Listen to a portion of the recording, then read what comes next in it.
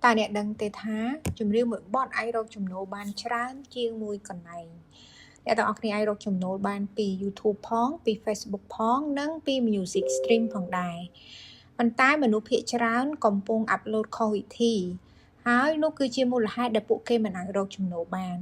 ថ្ងៃនេះខ្ញុំនឹងបង្ហាញអ្នកពីផ្លូវដើរដែលពេញលេញមួយចាប់ពីការបង្កើតបទចម្រៀងរហូតទៅដល់ការរកចំណូល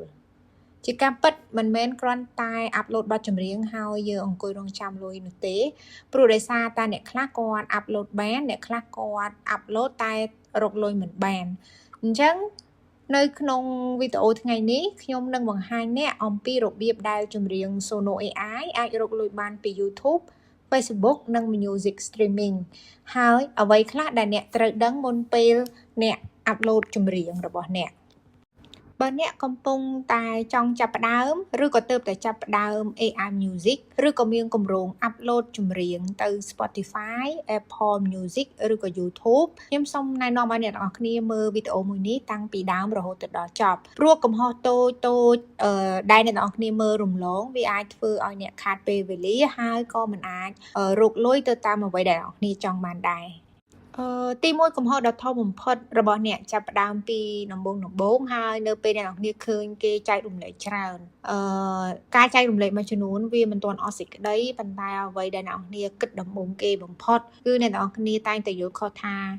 ទីមួយនៅពេលដែលអ្នកនរគ្នាបង្កើតចម្រៀងហើយយកចម្រៀងនៅទៅអាប់ឡូតបន្ទាប់មកទៀតគឺអ្នកទាំងអស់គ្នាទទួលបានប្រាក់ចំណូលប៉ុន្តែការគិតទាំងអស់ហ្នឹងគឺវាមិនត្រឹមត្រូវទាំងស្រុងនោះទេព្រោះដោយសារអ្នកទាំងអស់គ្នាត្រូវយល់ឲ្យច្បាស់សិនថាតើបទចម្រៀងដែលផលិតមកប្រភេទណាហើយអាប់ឡូតទៅរកចំណូលបានអញ្ចឹងអ្វីគឺហេតុផលពិតប្រាកដអញ្ចឹងហេតុផលពិតប្រាកដទី1គឺអ្នកទាំងអស់គ្នាបង្កើតចម្រៀងប៉ុន្តែនៅពេលដែលអ្នកទាំងអស់គ្នាបង្កើតចម្រៀងនៅក្នុង Sono ជាមួយនឹងវីដេអូមុនខ្ញុំបានបញ្ជាក់ឲ្យថាអ្នកទាំងអស់គ្នាប្រើ free plan ឬក៏ pro plan អញ្ចឹងអ្នកទាំងអស់គ្នាត្រូវតែចាំបាច់ដឹងថាចម្រៀងដែលអាចយកមកអាប់ឡូតដើម្បីមករកចំណូលបានលុះត្រាអ្នកទាំងអស់គ្នាប្រើ Sono paid plan គម្រោងដែលបង់លុយចាប់ពី pro ឡើងទៅអូខេអាហ្នឹងគឺជាចំណុចទី1ចំណុចទី2នៅពេលដែលអ្នកទាំងអស់គ្នាអាប់ឡូតចម្រៀងរបស់អ្នកទាំងអស់គ្នាទៅក្នុង YouTube ឬក៏ Facebook តើ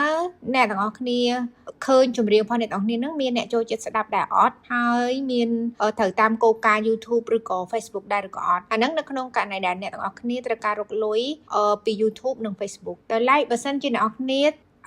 រកចំណូលពី Music Stream អញ្ចឹងតើចម្រៀងរបស់អ្នកនៅពេលដែល upload ចូលទៅ distributor តើ distributor នៅពេលដែលបញ្ជូនទៅ store ដូចជា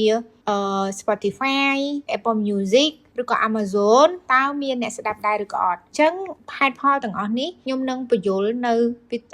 slide បន្តទៀតដើម្បីអ្នកនរគ្នាដឹងពីមួយជំហានទៅមួយជំហានឥឡូវយើងចូលមកដល់ចំណុចសំខាន់ទី1ថាតើបទចម្រៀងដែលបង្កើតចេញពី Sono AI ហ្នឹងវាអាចរកចំណូលតាមរយៈ YouTube ឬក៏ Facebook ដោយរបៀបណាអញ្ចឹងតកតងជាមួយនឹងការបង្កើតបទចម្រៀងគឺបទចម្រៀងអាចចាត់ទុកថាជា content មួយដូចជាមួយនឹង content ទូទៅដែលអ្នកនរគ្នាធ្វើវីដេអូផ្សេងទៀតអញ្ចឹងនៅពេលដែលអ្នកទាំងអស់គ្នាបង្កើតចម្រៀងហើយ upload ទៅ YouTube ឬក៏ Facebook អ្នកទាំងអស់គ្នាអាចមានសិទ្ធិ monetize បទចម្រៀងទាំងអស់នឹងបានទៅតាមគោលការណ៍របស់ YouTube ឬក៏គោលការណ៍របស់ Facebook អញ្ចឹងនៅក្នុងនេះគឺយើងអាចមើលទៅលើរូបភាពដែលអ្នកនរគ្នាពងឃើញទី1គឺយើងបង្កើតបទចម្រៀងពី Sono AI អញ្ចឹងសូមបញ្ជាក់ម្ដងទៀតបទចម្រៀងដែលយើងអាចយកមកប្រើបានគឺលុះត្រាតែបទចម្រៀងហ្នឹងស្ថិតនៅក្នុងចាប់ពីកម្រិត Pro Plan របស់ Sono ឡើងទៅបន្ទាប់មកទៀតយើង upload ចូល YouTube ឬក៏ Facebook នៅពេលដែលយើង upload គឺយើងត្រូវមើលថាតើបទចម្រៀងរបស់យើងដែលយើងបង្កើតហ្នឹងមានអ្នកមើលច្រើនដែរអត់មានអ្នកស្ដាប់ច្រើនដែរអត់អញ្ចឹងចំណុចមួយដែលអ្នកត្រូវដឹងគឺមិនមែនត្រឹមតែបទចម្រៀងមួយបទហ្នឹងទេអញ្ចឹងអ្នកខ្លះគឺគាត់យកបទចម្រៀងហ្នឹងទៅធ្វើជាវីដេអូឬក៏ដាក់ lyric ដើម្បី attract ធ្វើម៉េចឲ្យអ្នកមើលហ្នឹងគឺគាត់ចូលចិត្តមើលអញ្ចឹងនៅពេលអ្នកនរគ្នាមាន view ច្រើនអ្នកនរគ្នាមាន follower ច្រើនអញ្ចឹងអ្នកនរគ្នាត្រូវគោរពទៅតាមគោលការណ៍ផុស YouTube ជាមួយនឹង Facebook ដូចគ្នាដែរអញ្ចឹងនៅពេលហ្នឹងអ្នកនរគ្នាអាចរកលុយបានហើយ អ្វីដែលខ្ញុំចង់ highlight អ្នកទាំងអស់គ្នាមួយទៀតហ្នឹងគឺតកតងជាមួយនឹង RPM នៅក្នុង content បទចម្រៀងអញ្ចឹង RPM ហ្នឹងគឺយើងអាចនិយាយបានថាពាក្យពេញវាគឺ revenue per 1000 view អញ្ចឹងវាគឺជាចំណូលដែលអ្នកគ្នាអាចរកបានក្នុង 1000 stream បែរទៅលើព័ត៌មានដែលខ្ញុំបង្ហាញនេះណាអញ្ចឹងតកតងជាមួយនឹងគ្រប់វីដេអូទាំងអស់ YouTube វាគិតលុយទៅតាមប្រទេសដែលចូលទៅ view វីដេអូរបស់យើងឧទាហរណ៍ថាបទចម្រៀងអ្នកទាំងអស់គ្នាធ្វើជាភាសាអង់គ្លេសអញ្ចឹងអ្នកមើលភាគច្រើនអាចនៅអាមេរិកអញ្ចឹងអ្នកទាំងអស់គ្នាអាចមើលបានថាតើ 1000 view ដែលអ្នកទាំងអស់គ្នាទទួលបានប្រមាណដុល្លារ3ទៅ8ដុល្លារដោយឡែកបើសិនជាអ្នកទាំងអស់គ្នាធ្វើបទចម្រៀងជាភាសាខ្មែរអញ្ចឹងមានន័យថា target របស់យើងគឺអ្នកស្ដាប់គឺជាជនជាតិខ្មែរអញ្ចឹងវាត្រូវតែមកភាគច្រើនមកពីប្រទេសខ្មែរយើងអញ្ចឹងបើសិនជាយើងមើល RPM បទចម្រៀង niche ជាបទចម្រៀងហើយអ្នកមើលមកពីប្រទេសខ្មែរអញ្ចឹង 1000 view យើងអាចបានចន្លោះពី2កាក់ទៅ8កាក់អញ្ចឹងចំណុចទាំងអស់នេះខ្ញុំគ្រាន់តែផ្ដល់ជាព័ត៌មានទេយើងមិនមែនមានន័យថាយើងអត់លើកទឹកចិត្តឲ្យអ្នកទាំងអស់គ្នាធ្វើបទចម្រៀងជាភាសាខ្មែរទេប៉ុន្តែខ្ញុំចង់ឲ្យអ្នកគ្នាទទួលបានព័ត៌មានហ្នឹងកាន់តែច្រើនដើម្បីឲ្យអ្នកគ្នាសម្រេចចិត្តហើយទទួលយកអញ្ចឹងឧទាហរណ៍ថាយើងធ្វើជាបទចម្រៀងខ្មែរយើងស្រឡាញ់បទខ្មែរអញ្ចឹងអ្នកគ្នាក៏ត្រូវទទួលយកដែរថាចំណូលដែលបានពីប្រទេសខ្មែរយើងគឺវាទាបអូខេប៉ុន្តែបើសិនជាយើងទៅដល់ទៅដល់អីអានោះខ្ញុំគិតថាក៏វាបានច្រើនដែរដោយឡែកបើសិនជាអ្នកនរគ្នាធ្វើទៅតាក់ទងជាមួយនឹងអ្នក view របស់អ្នកនរគ្នាកំណត់គោលដៅថាប្រទេសម៉ាឡេឬក៏ប្រទេសសិង្ហបុរីអញ្ចឹង 1000 view គឺយើងបានចន្លោះពី$1ទៅ$5អញ្ចឹងខ្ញុំគិតថាព័ត៌មានមួយនេះអាចនឹងសំខាន់សម្រាប់អ្នកទាំងអស់គ្នាដើម្បីឲ្យអ្នកសម្រេចចិត្តថាតើអ្នកនរគ្នាគួរតែជ្រើសរើសviewer មកពីប្រទេសណាឬក៏យើងធ្វើបទណាដែល viewer អាចបានគ្រប់ប្រទេសទាំងអស់នៅទូទាំងពិភពលោកឥឡូវយើងចូលមកដល់ចំណុចមួយទៀតថាតើ Sono AI ហ្នឹងគឺយើងអាចរកលុយពី music streaming ហ្នឹងដោយរបៀបណាអញ្ចឹងខ្ញុំគិតថាអ្នកនរគ្នាក៏បានមើលវីដេអូជាមួយនឹងអ្នកដែលគាត់បានចែករំលែកផ្សេងទៀតដែរថាតើគេអាចរកចំណូលបានពី music stream ហ្នឹងដោយវិធីណាអ្វីដែលខ្ញុំចែករំលែកអ្នកនរគ្នាបន្តិចទៀតនេះគឺទី1គឺអាស្រ័យទៅលើព័ត៌មានដែលខ្ញុំសិក្សាតាមរយៈ YouTube ដូចគ្នាដែរទី2គឺតាមរយៈបទពិសោធន៍ខ្លួនឯងដែលយើងធ្លាប់សាកល្បងកន្លងមកដែរបើយើងមើលនៅក្នុងរូបភាពជារួមអញ្ចឹងបើសិនជាយើងមើលនៅក្នុងរូបភាពជារួមគឺវាបែងចែកជា5ចំណុចសំខាន់ទី1គឺអ្នកទាំងអស់គ្នាបង្កើតចម្រៀងនៅក្នុង Sono AI បន្ទាប់ពីអ្នកទាំងអស់គ្នាបង្កើតចម្រៀងក្នុង Sono AI ហើយអ្នកទាំងអស់គ្នាអាចយកវាទៅ mix master ដើម្បីឲ្យបទចម្រៀងហ្នឹងវាមានគុណភាពឬក៏កាន់តែព្រោះក្រោយមកទៀតអ្នកទាំងអស់គ្នាអាច upload តាមរយៈអ្នកចែកចាយចម្រៀងហ្នឹងគឺមានដូចជាក្រុមហ៊ុន Dito ក្រុមហ៊ុន TuneCore ក្រុមហ៊ុន DistroKid ប៉ុន្តែនៅពេលអ្នកនរគ្នាចង់រកលុយតាម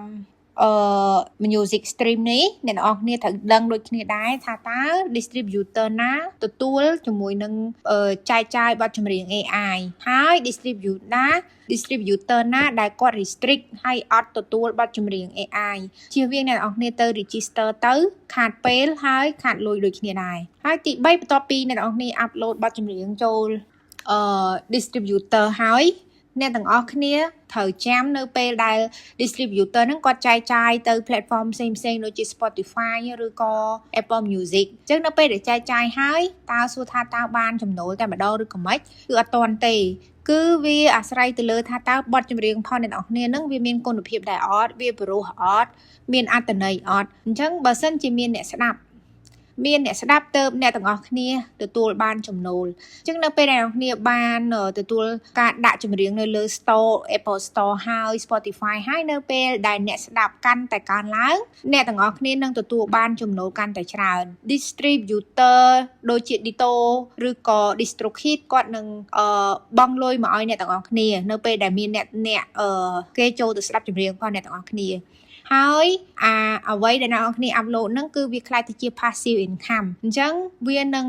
បង្កើនចំណូលឲ្យអ្នកទាំងអស់គ្នាជារៀងរហូតបើមានន័យថាបទហ្នឹងខែហ្នឹងចប់ហើយអ្នកនរគ្នា upload បទថ្មី អ្នកទាំងអស់គ្នាទទួលបានចំណូលតែពីបទថ្មីទេអត់ទេបទចាស់ដែលអ្នកទាំងអស់គ្នា upload ទៅ distributor ហើយគេចែកចាយរួចហើយឲ្យតែមានអ្នកស្ដាប់ទោះបីជាអ្នកទាំងអស់គ្នាបានupload ទៅ1ខែ2ខែ3ខែក៏ដោយក៏អាបទចម្រៀងចាស់មុនហ្នឹងក៏វានៅតែអាចរកចំណូលឲ្យអ្នកទាំងអស់គ្នាបានដែរចឹងពាក់ព័ន្ធជាមួយនឹងវីដេអូមួយនេះគឺខ្ញុំផ្ដាច់បញ្យល់អ្នកទាំងអស់គ្នាឲ្យច្បាស់ចំណុចទី1តកតងជាមួយនឹងភាពពិតទី1គឺមិនមានន័យថាអ្នកនរគ្នាអាប់ឡូតចម្រៀងហើយអ្នកនរគ្នារកចំណូលបានអាហ្នឹងគឺមិនមែនជាការពិតទេអ្វីដែលជាការពិតគឺមានអ្នកទៅស្ដាប់ចម្រៀងបើសិនជាអត់មានអ្នកស្ដាប់ទោះបីជាអ្នកនរគ្នាអាប់ឡូត1000ចម្រៀង1000អាល់ប៊ុមក៏អ្នកនរគ្នាអត់អាចរកចំណូលពីបទចម្រៀងរបស់អ្នកទាំងអស់គ្នាបានដែរអញ្ចឹងអ្នកស្ដាប់ពិតប្រាកដស្មើនឹងចំណូលពិតប្រាកដផងអ្នកទាំងអស់គ្នានេះគឺជាលំហថាតើ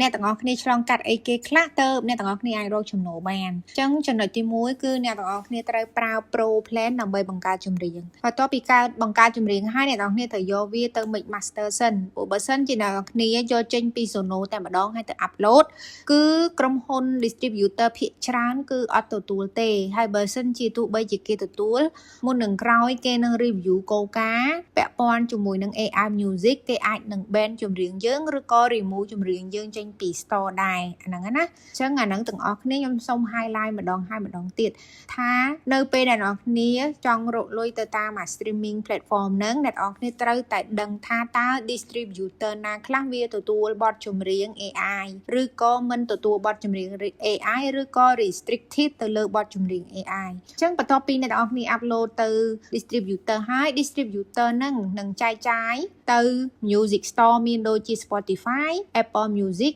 ឬក៏ YouTube Music ហើយនឹងមានពាក់ព័ន្ធជាមួយនឹង Amazon Music ដែរអញ្ចឹងចំណុចលេខ3ហ្នឹងគឺជា streaming platform ហើយអញ្ចឹងនៅពេលដែលបទចម្រៀងអ្នកនរគ្នាត្រូវបានចែកចាយនៅក្នុង music store អញ្ចឹងចំណុចទី4គឺអាស្រ័យទៅលើអ្នកស្ដាប់ថាតើអ្នកស្ដាប់គាត់ click artwork បទចម្រៀងដែលអ្នកនរគ្នា upload ហ្នឹងណាដែរឬក៏អត់តើការ artwork ផងអ្នកទាំងអស់គ្នាហ្នឹង artwork មានន័យថា song cover របស់យើងហ្នឹងវាមានភាពតាក់ទាញឲ្យមនុស្សទៅ click អត់អញ្ចឹងនៅពេលដែល click ហើយនៅពេលដែលស្ដាប់បទចម្រៀងហ្នឹងតើបទចម្រៀងហ្នឹងវាព្រោះអត់តើគេត្រូវចេញមកភ្លាមឬក៏គេបន្តស្ដាប់ឬក៏គេ save វាទុកឬក៏គេ add ចូល playlist របស់គេអញ្ចឹងអាហ្នឹងគឺវាអាស្រ័យទៅលើអត្តចរិតរបស់អ្នកស្ដាប់ដូចគ្នាទៀតអញ្ចឹងបន្ទាប់ពីមានអ្នកស្ដាប់ហើយពេលហ្នឹងគឺមានន័យថាplatform គឺចាប់ផ្ដើមបងលុយឲ្យអ្នកទាំងអស់គ្នាហើយមានន័យថាមានអ្នកស្ដាប់បទចម្រៀងអ្នកទាំងអស់គ្នាអញ្ចឹងគេនឹង pay លុយមកឲ្យអ្នកទាំងអស់គ្នាអូខេអញ្ចឹងបន្ទាប់ពីអ្នកទាំងអស់គ្នាបានហើយ distributor នឹងចាប់ផ្ដើម pay ឲ្យអ្នកទាំងអស់គ្នាក្នុងចន្លោះពេលណាមួយឧទាហរណ៍ទៅតាមគោលការណ៍របស់ distributor ឧទាហរណ៍ថាគោលការណ៍ distributor របស់ DistroKid គេមានគោលការណ៍គេថាអាចចន្លោះពី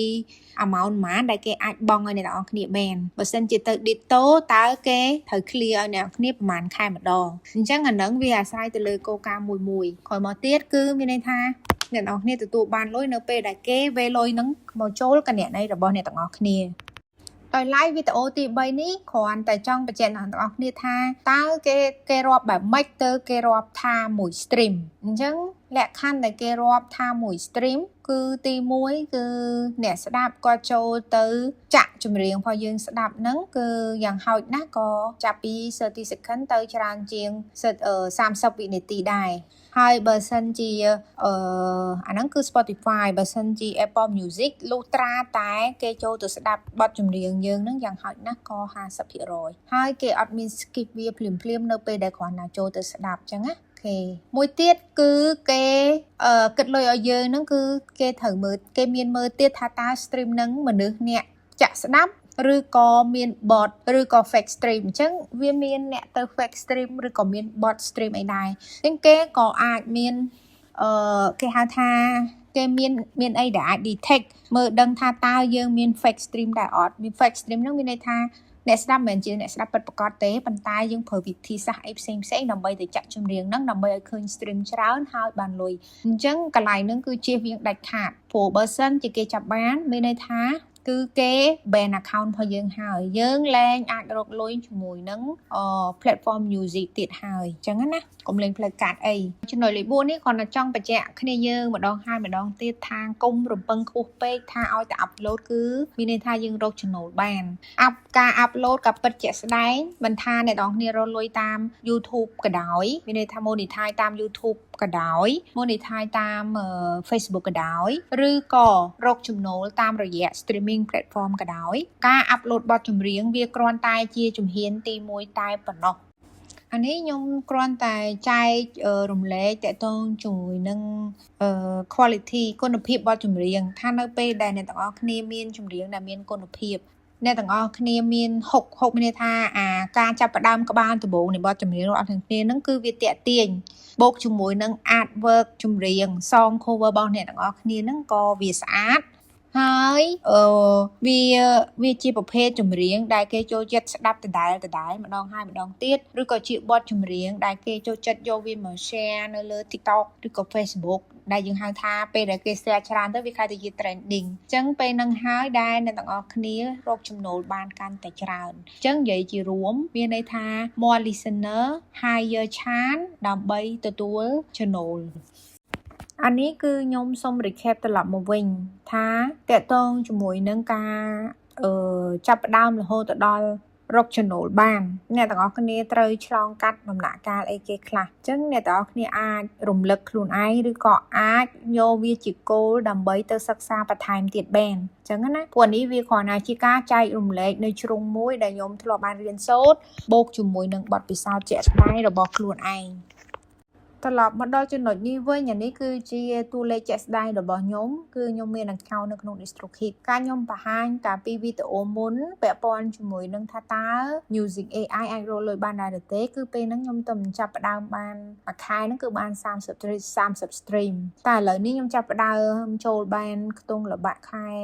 ចូល2ខែជាងអញ្ចឹង stream របស់ខ្ញុំនេះនៅក្នុង Spotify នេះគឺបាន170អញ្ចឹងសំណួរសួរថាតើតួលេខដែល stream ប៉ុណ្ណឹងច្រើនឬក៏តិចអញ្ចឹងជាទូទៅបើសិនជាយើងមើលគឺតិចទេអត់បានច្រើនទេមានអ្នកផ្សេងទៀតគេទៅតែចូលទេប៉ុន្តែចម្រៀងរបស់គេល្អអាចអត្ថន័យគេល្អឬក៏គេមានវិធីនៅក្នុងការធ្វើឲ្យបទចម្រៀងរបស់គេកាន់តែមានគុណភាពអញ្ចឹង view របស់គេហ្នឹងគឺច្រើនអាចឡើងដល់ K ប៉ុន្តែក៏មានអ្នកដែលគាត់ចាប់ផ្ដើមជាមួយនឹង DistroKid ហ្នឹងខ្ទង់6ខែ7ខែអីដែរក៏ stream តិចជាងខ្ញុំដែរអញ្ចឹងវាអត់អាចសន្មត់ហើយអត់អាចគេហៅថា guarantee បានទេថា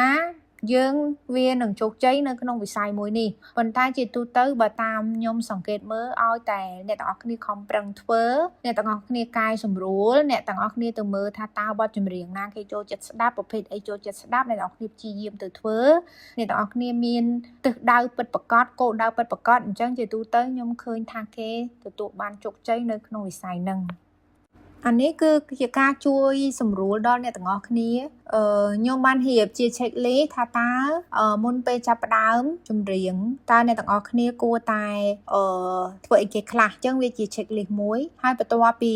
checklist ហើយតើអ្នកទាំងអស់គ្នាគួរធ្វើអីគេខ្លះទី3បន្ទាប់មកទៀតមុនពេលអ្នកទាំងអស់គ្នា distribute បទចម្រៀងអ្នកទាំងអស់គ្នាតើអ្នកទាំងអស់គ្នាគួរធ្វើបែបណាប៉ុន្តែមិនមានន័យថាគ្រប់ទាំងអស់យើងត្រូវ apply ទេដូចជាឧទាហរណ៍ថាលេខ3 before distributionអញ្ចឹង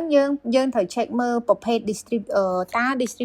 distributor ណាដែលយើងគួរតែចុះឈ្មោះអញ្ចឹងណាអញ្ចឹងខ្ញុំអត់លម្អិតនៅក្នុងវីដេអូនេះទេបើសិនជាក្នុងករណីដែលអ្នកនរគ្នាត្រូវការឲ្យលម្អិតអានឹងចាំអ្នកនរគ្នា comment ទៅខ្ញុំនឹងធ្វើវីដេអូលម្អិតជូនហើយ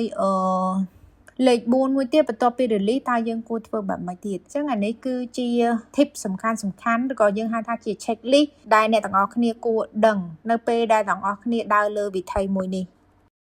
ត្រឡប់មកវិញអរគុណច្រើនចំពោះពេលវេលាដែលអ្នកនរគ្នាចំណាយពេលមើលវីដេអូរបស់ខ្ញុំតាំងពីដើមដល់ចប់អញ្ចឹងសង្ឃឹមថា